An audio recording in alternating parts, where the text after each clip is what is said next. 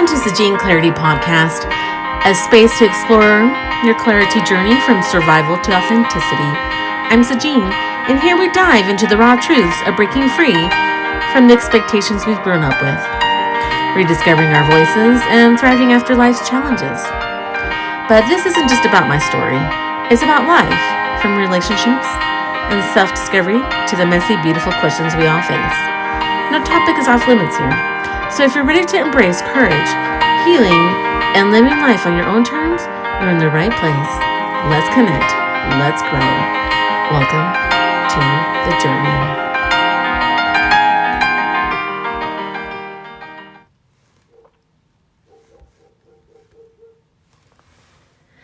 Before we dive in, a quick disclaimer. This podcast is for informational and inspirational purposes only.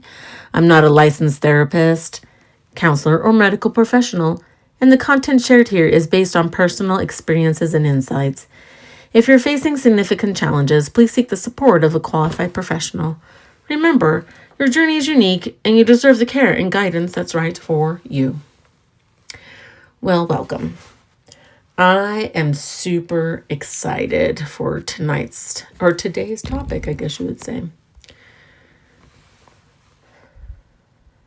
Today, my podcast is going to be called, What Do You Want?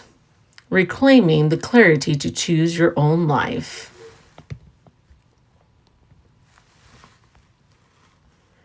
Oh boy, let me tell you.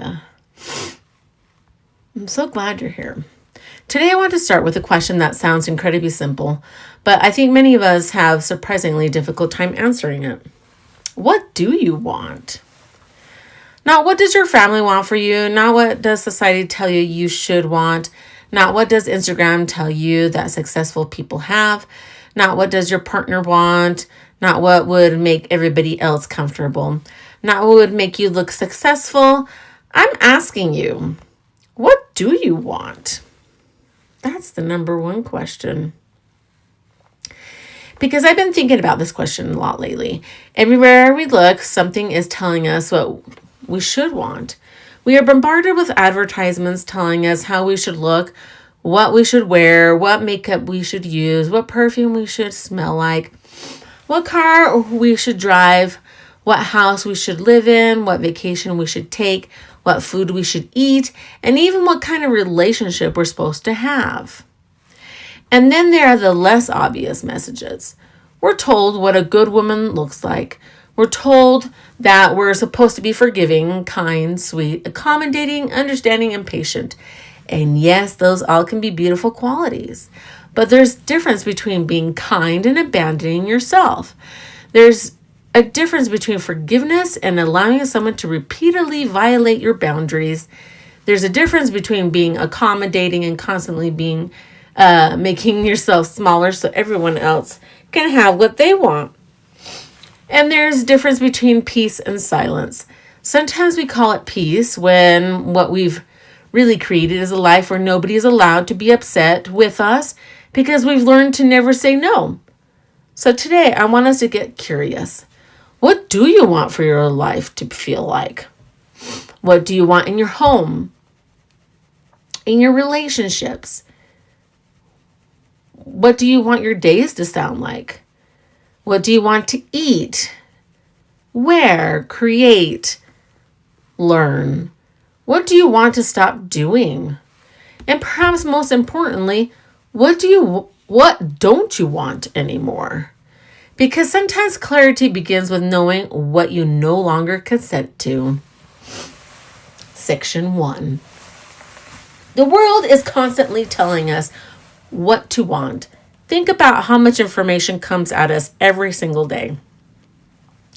You open your phone, there's an advertisement. You scroll social media, there's another advertisement. You watch television, another one. You walk through a store, another one. You go to the mall, another one. And suddenly you're looking at your perfectly good life and wondering, maybe I need something else. Different clothes, different body, different furniture, a new car, a vacation, this skincare product, perfume, become more successful, look younger, be more attractive, need a relationship. be married, need children, need a bigger house. Maybe I need to be doing more. And eventually you can become so overwhelmed by everyone else's definition of a good life that you completely lose track of your own. That's why I think one of the most powerful questions we can ask ourselves is, if nobody else could see my life, what would I choose? If there were no likes, no comments, no judgment, no comparison, no family opinions, no pressure, no advertisements, no one to impress, what would you choose? Would you still want the same things? Maybe you would, and that's wonderful. But maybe you wouldn't, and that's where things get interesting. Because perhaps what you've been calling your dream isn't actually your dream. Maybe it's something you learned to want.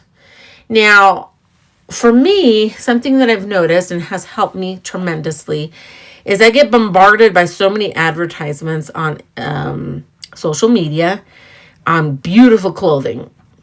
And I'm like, oh, I want this, I want that. It's on sale, I need it.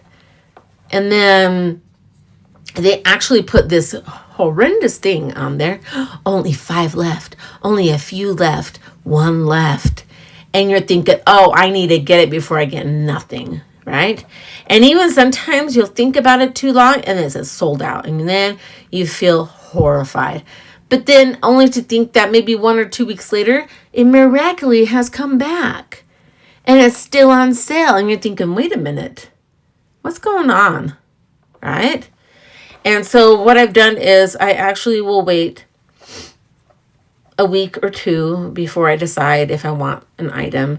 And I tell myself, if it sells out, it wasn't for me. And if it's still there and I still think it's necessary to have it, then I'll go for it, you know? And sometimes I just want something as a treat. That's okay as well, because you can decide to treat yourself. Section 2. What happened with a situation in my neighborhood? You know, it really brought this subject home for me. These individuals were having something delivered in their backyard for their own recreation. They brought in a huge crane, and during this process, they were blocking my driveway. They also put on one of those large pressurized rubber mats on my garden. It was on my property. And so I went outside and asked how long they were going to be there. They told me roughly 20 minutes. And I said, okay, but you're blocking my driveway. You know, I have children. I have to pick them up. And even in an emergency, why do I have to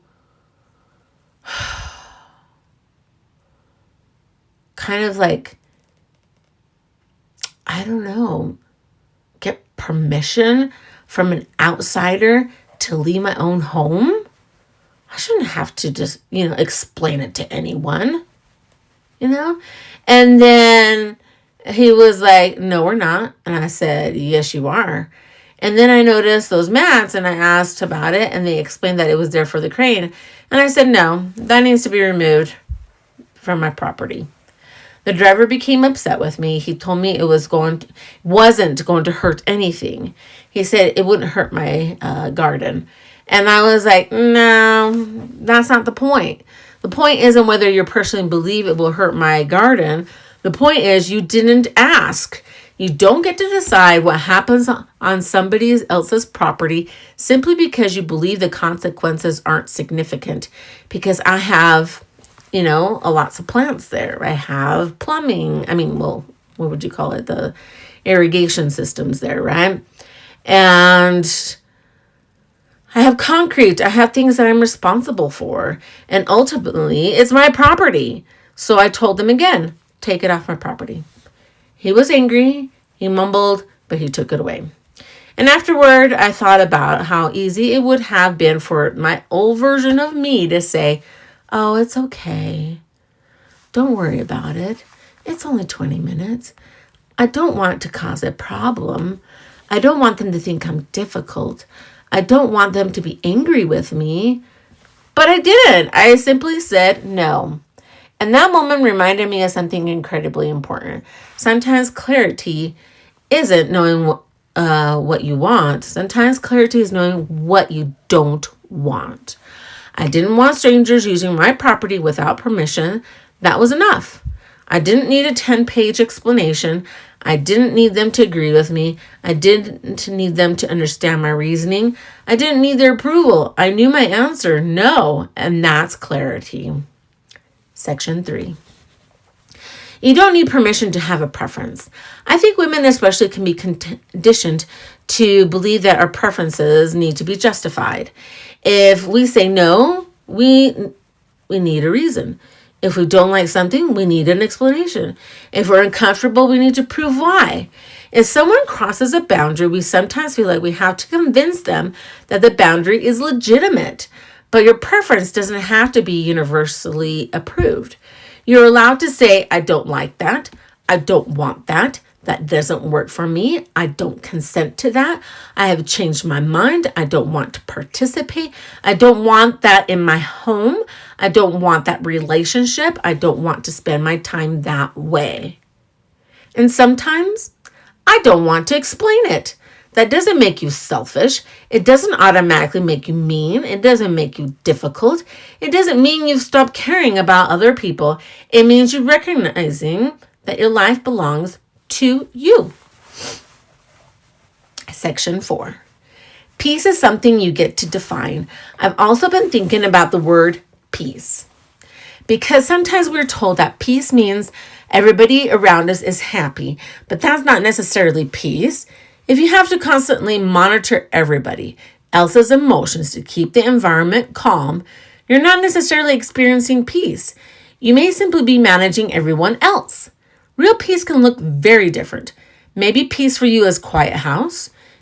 It's playing music while you cook, painting, reading. Maybe it's getting dressed in the clothes that make you feel beautiful. Going for a walk, sitting outside, having friends who don't drain you. Maybe it's being alone. Maybe it's having a relationship where you can speak honestly without being punished for it.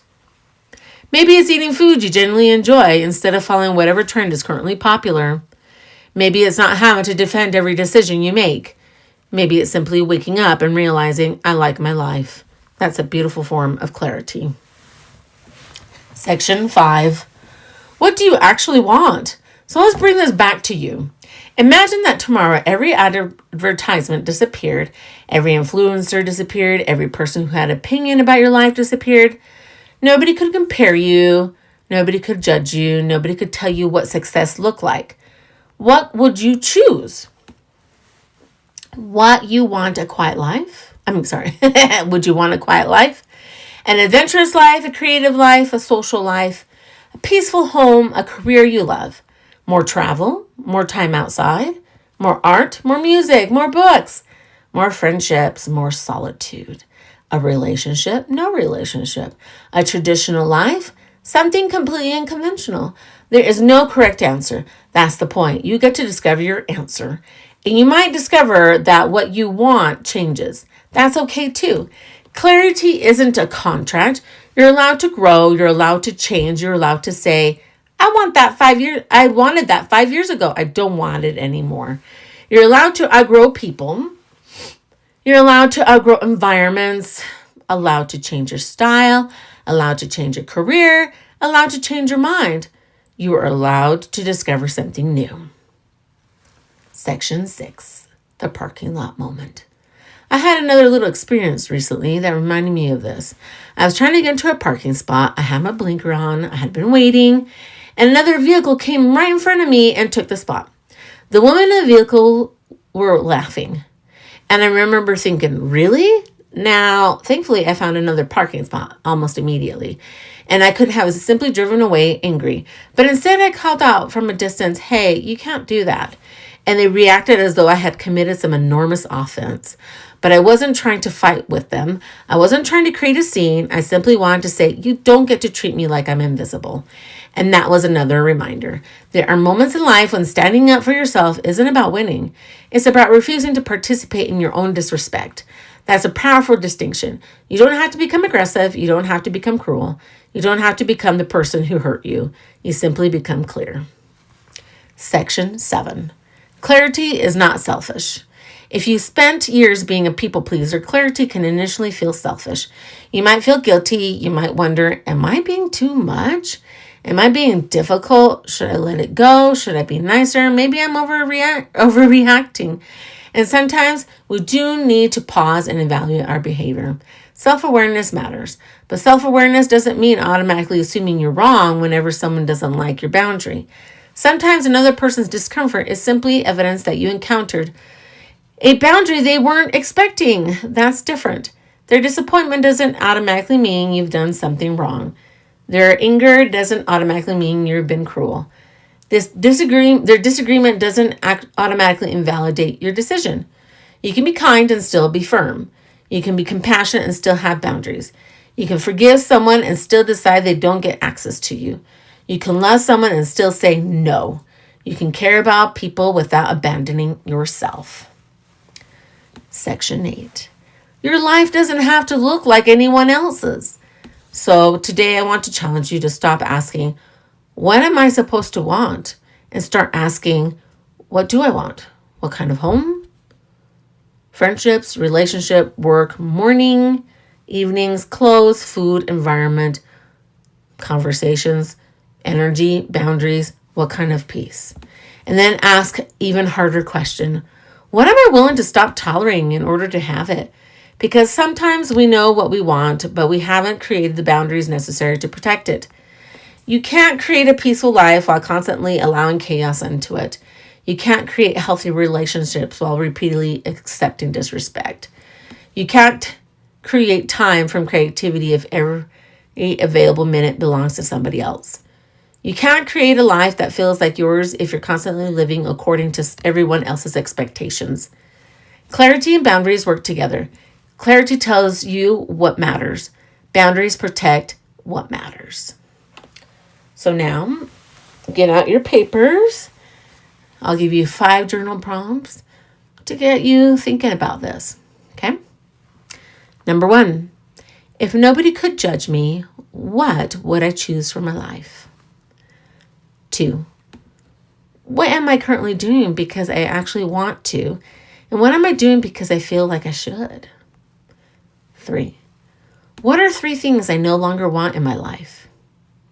4, what does peace actually look like for me? And 5, where do I need practice saying no so I can create more space for what I actually want?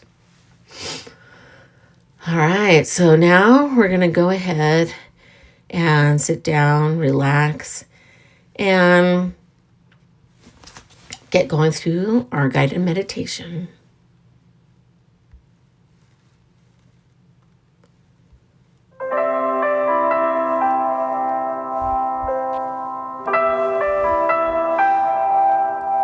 If you're driving or doing anything that requires your attention, save this meditation for later. But for the rest, let's get comfortable and sit or lie down. Allow yourself to settle. Close your eyes if that feels comfortable. Take a slow breath in through your nose and slowly exhale. Again, breathe in and release. One more time, breathe in and let it go. You don't have to solve anything right now. You don't have to make a decision. You don't have to make anybody happy. For the next few minutes, there's nowhere else you need to be. Simply be here. Let go of everyone else's voice. As you breathe, imagine all the voices you've heard throughout your life. The voices telling you what you should wear, how you should look, what you should weigh, what you should buy, whatever career you should have, who you should date, who you should forgive, what you should tolerate, what success should look like, what happiness should look like. You don't have to fight those voices. Just imagine turning the volume down, lower and lower, until there's finally some quiet. Take a breath. And in that quiet, ask yourself, what do I want? Don't force an answer. Just ask, what do I want? Let whatever comes up, come up. Maybe it's something big, something incredibly simple. Maybe you want peace, adventure, creativity, love, solitude, laughter, beautiful home, travel, to create, to rest. There's no wrong answer. Listen to yourself. Take another slow breath.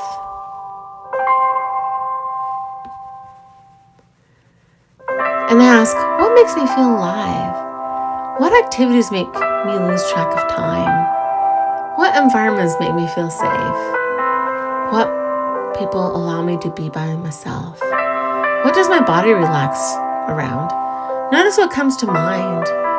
You don't have to judge it, simply notice. Now ask, what no longer belongs in my life? Maybe it's a relationship, an expectation. Maybe it's guilt. Maybe it's constantly explaining yourself. Maybe it's saying yes when you mean no. Maybe it's the belief that you have to earn your right to exist. Let yourself acknowledge what you're ready to release. Take a breath. And imagine placing those things down. You don't have to carry everything you carried simply because you've carried it for so long. Your life, your choice. Now imagine yourself standing in front of a black canvas. Blank canvas. This canvas represents your life. There's no instruction on it. Nobody has painted it for you. You don't have to create someone else's picture. You get to choose what colors belong here, what sounds, what people, what experiences, what kind of home, what kind of mornings, evenings, relationships, boundaries, joy. Let yourself imagine it and notice how it feels. Maybe you feel excitement, maybe you feel nervousness, maybe you feel relief, maybe you don't know yet. That's okay.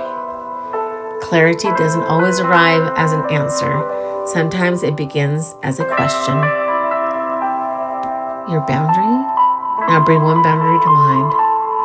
Something you know you need to say no to. Imagine yourself standing calmly and confidently. You don't have to yell. You don't have to defend yourself. You simply say, no. That doesn't work for me. Take a breath. And imagine yourself remaining grounded even if somebody doesn't like your answer. The reaction belongs to them. Your boundary belongs to you. You can be kind, you can be compassionate, and you can still say no. Take another breath. Returning to yourself. Place your attention on your breathing. Slowly breathe in and breathe out. Say silently to yourself, I'm allowed to have preferences. Change my mind. To say no. To choose peace. I'm allowed to create a life that feels like mine.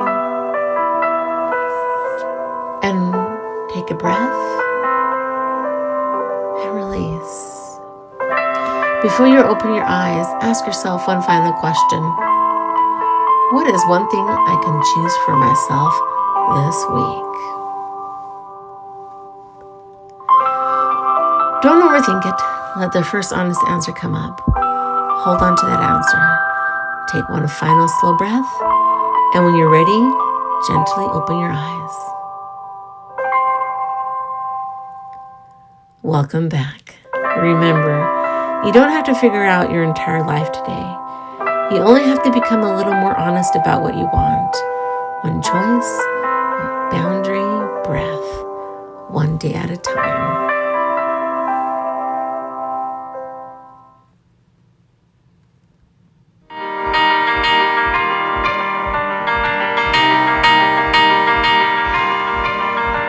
As you move through this week, I want you to remember something.